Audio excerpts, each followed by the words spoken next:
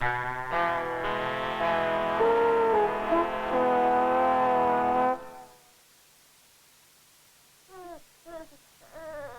often said that women are twice as likely to become depressed as men. If this is true, is it because women are basically weak, vulnerable creatures whose only useful function is to have and bring up children? Or is this instead just a convenient label applied to women by a male-dominated society?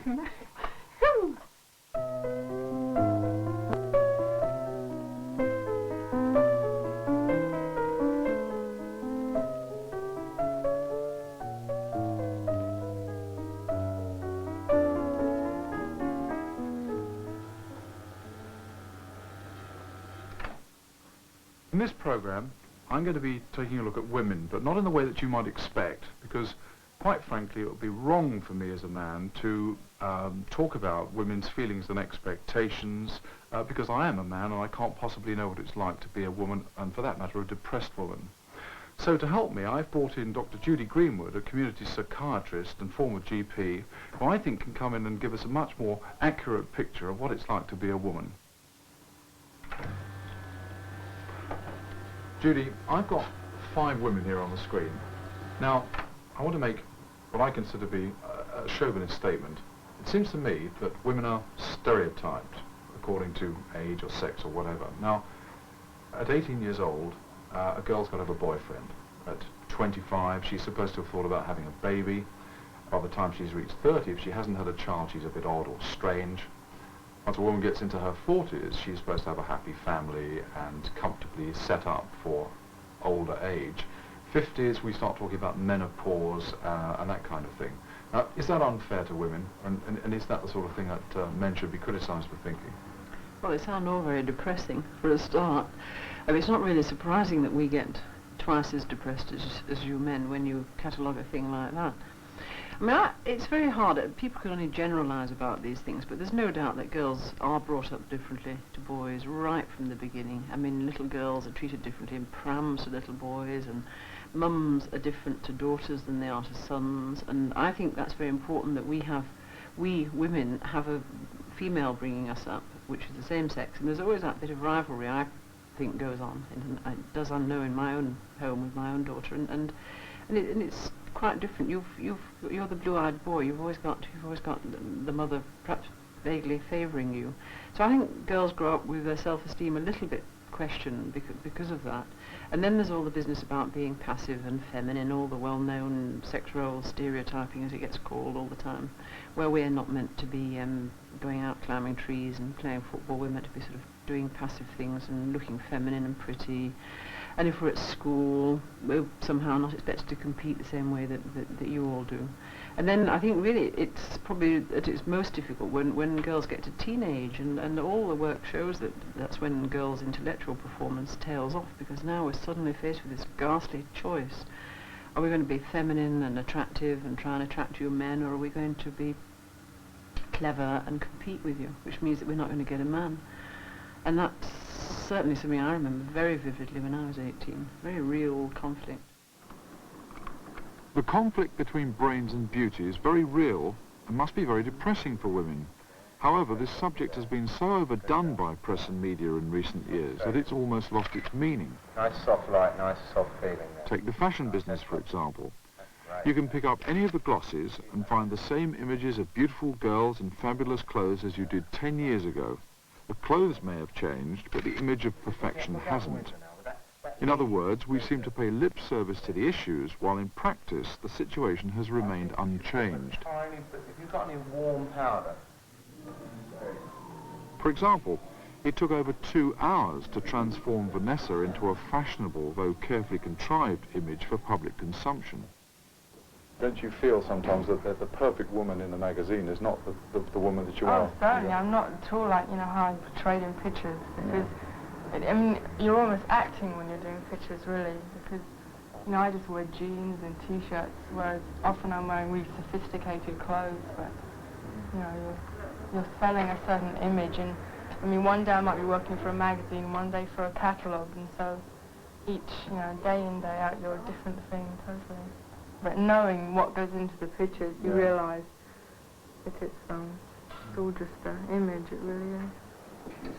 But that image was carefully contrived, both in terms of the clothes she was wearing and the time and skill that went into creating this picture of perfection, right down to the smallest detail.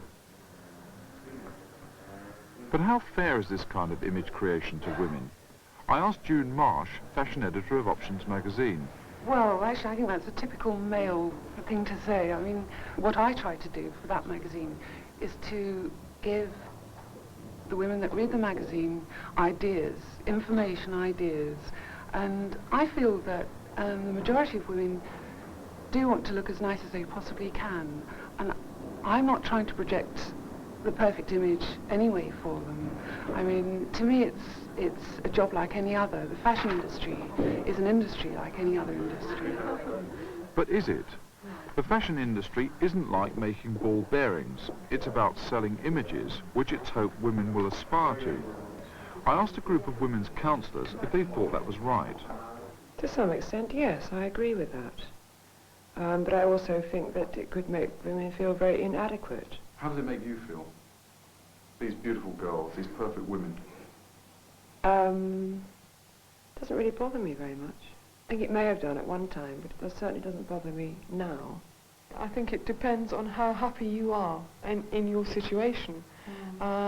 If, as a woman, you feel fairly fulfilled doing what you're doing, or you're fairly happy with your life, then it doesn't have the same effect as it might do if you are unhappy, if you do feel yourself to be inadequate in some way. I think I agree with Fee that it can make you feel very, very depressed, that you're never going to reach that looking like that woman does in that magazine.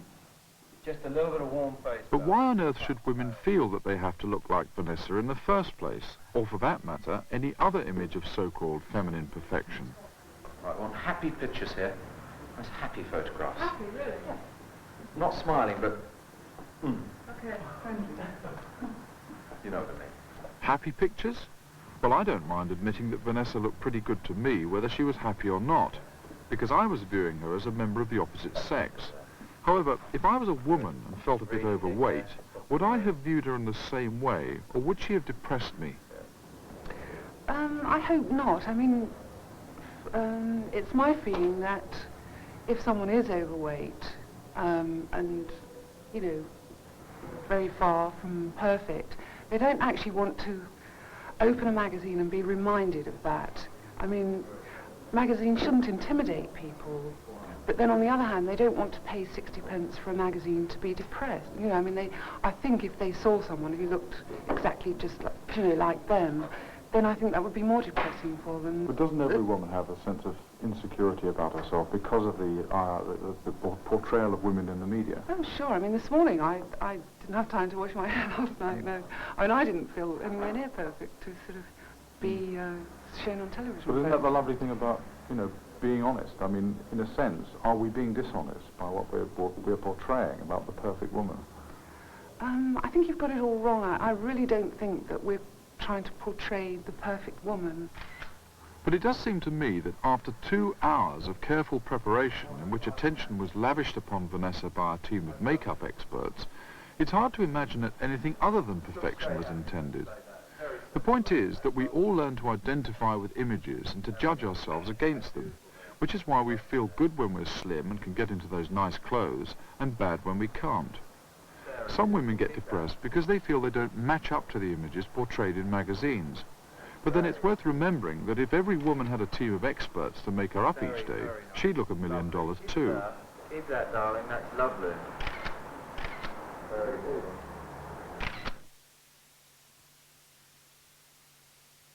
Well, how can you follow a thing like that? You know, she's got all the perks going for her at the moment. She's young and attractive and enjoying her body, and she's got a marvellous body to enjoy. But what's going to happen to her in a few years' time? And what happens to all of us in a few years' time? I don't know, it must be very intimidating. Well, this is the problem. I mean, as I say, she's fortunate because she can make full use of her body and enjoy that, so she doesn't have to really worry about the balance between her intellect and the other bit. She's chosen her body. But as we get older and have all the problem with settling down and getting married and having hooked our man, then the next bit comes along, the child rearing and the running of the home and the probably not being able to work and fulfill yourself, either using your body the way she was or using your mind. Then that's the time when women really do get so vulnerable to things going heavily wrong. I would lay in bed sometimes and I'd start shaking, absolutely trembling from head to toe. I would cry. I didn't know why.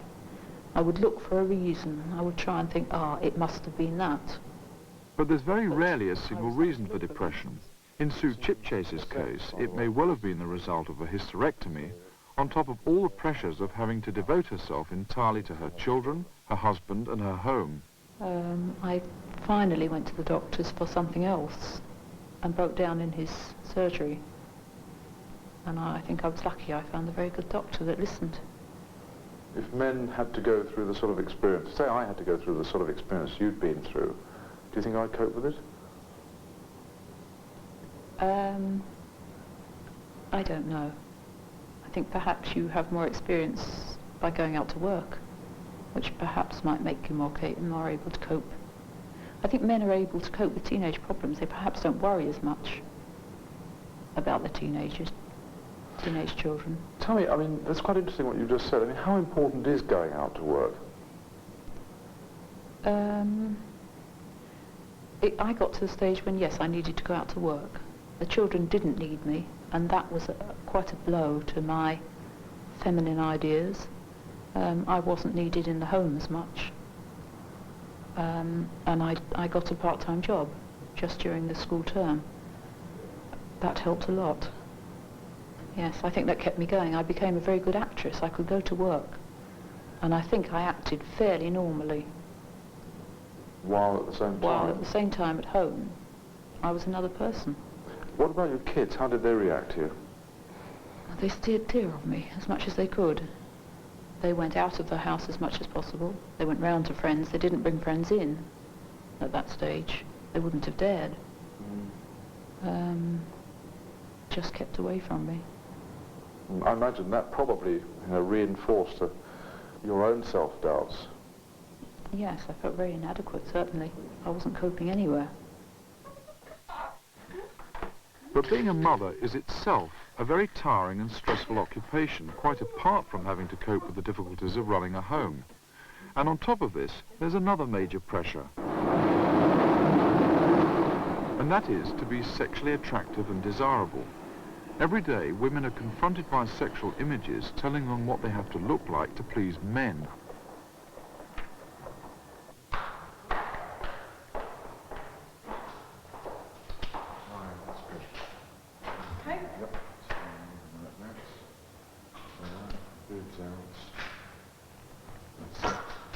Not a bad pair of boobs, Tessa.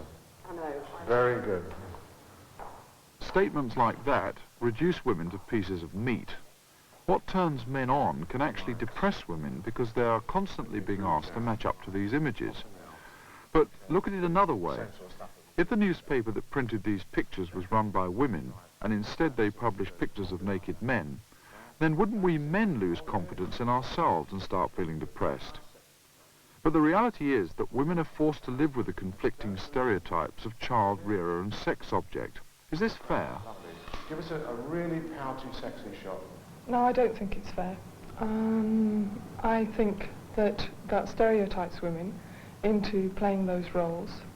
I think it gives a false impression of women. Women have they're people as well as being sex objects, housewives and mothers. But who creates the stereotypes? I think the stereotype is being created by society over the years, and women have sort of been forced into often playing those roles because that's how people see them. I mean, particularly probably men in a male-dominated society. And how do you feel about being labelled one of the weaker sex? Annoyed. Why? Well, it depends on how it's being used. I think women have different different strengths. Our problems are all fudged at the edges. we're told to be one thing and expected to be another.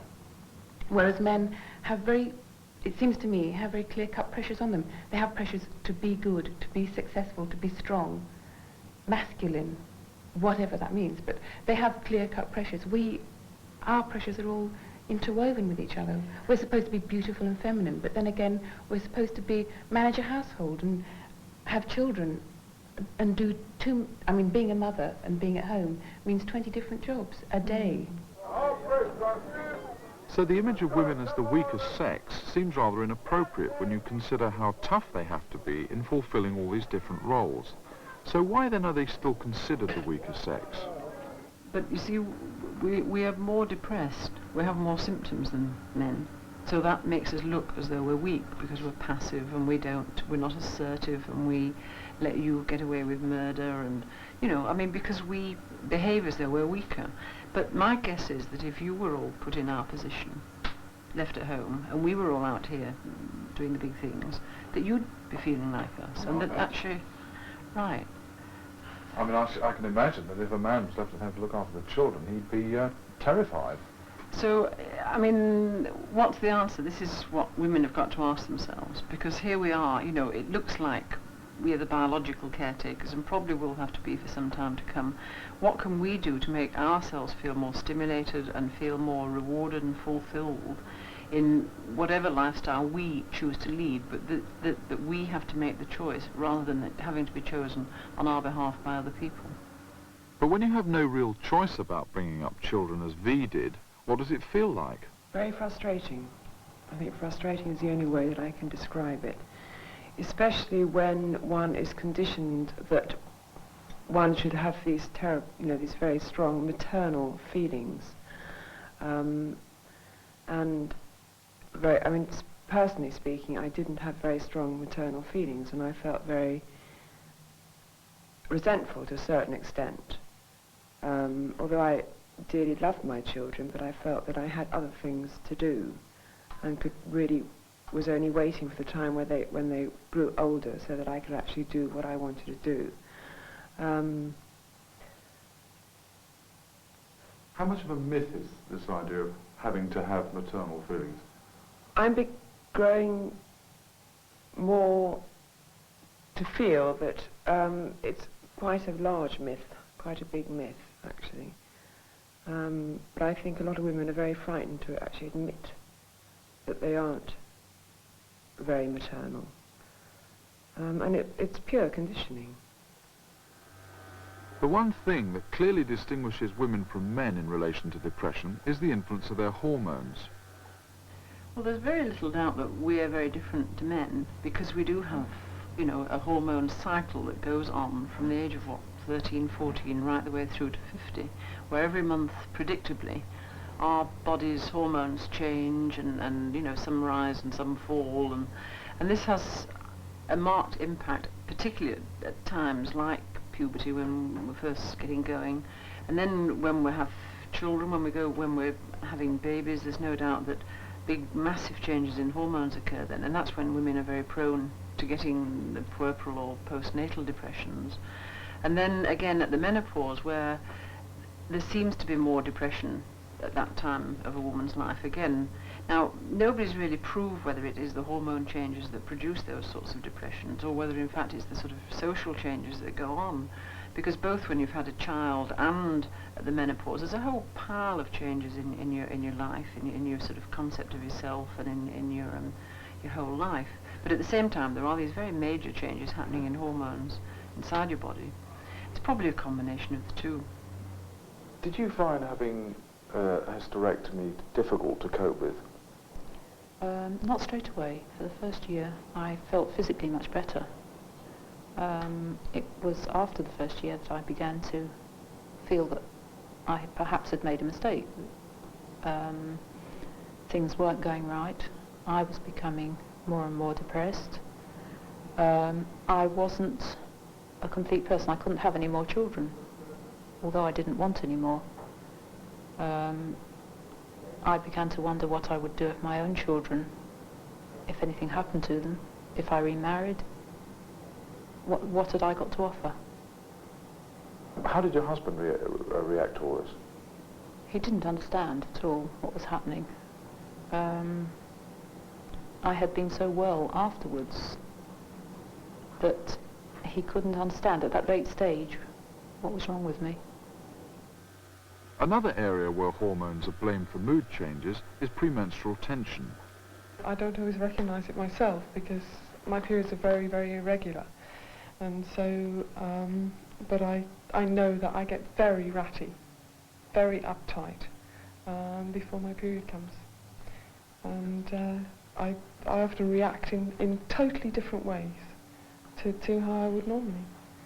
And I don't know my period's going to come the next day or whatever, but I just, that sort of becomes apparent just a little later on. You see, if you take something like premenstrual tension, or PMT as it gets called, well, that's happening every month in nearly every woman's life. But there's no doubt that a good percentage of women, nearly half women, experience feelings of depression in the week before a period, or irritability or swelling, but usually with feelings of a change in mood and low self-esteem around that time. So it's not really surprising that women are, if you take a whole group of women, some of them will be feeling a bit down in the dumps because of the hormones, if you like. But I can't believe that makes us more vulnerable in general to feeling depressed, because these other depressions that we've been talking about are much more consistent things and go on much longer. It's certainly not simply related to the hormone cycle. So what are we saying in this program?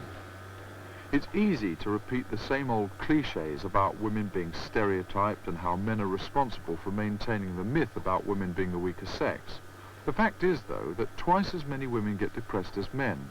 And if we want to change this situation, then attitudes will have to change dramatically, which is what the women's movement is all about. How effective has it been? I think it's made women stand up and question a lot more what they expect of their own lives. And I think perhaps, rightly or wrongly, women's lib have tended to say that if men were different, then our lives would be different. I sense that we women have got to change our own lives as well as men changing their approach to us. I think we've got to start doing things for ourselves, because if we are choosing our goal, and if we're feeling that raising a family is something that we would find fulfilling, then that's great, as long as we have chosen to do it. It's this self-realization, it's this self-assertiveness. It's me saying, I think me staying at home raising the family is a good thing for me to do, and I am choosing to do it, rather than a feeling that society says I've got to do it and that there's no other role for me.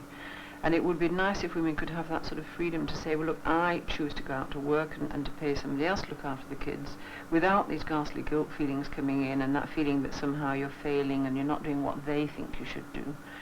It's becoming more self-assertive and self-confident and building up our self-esteem that what we choose to do is acceptable.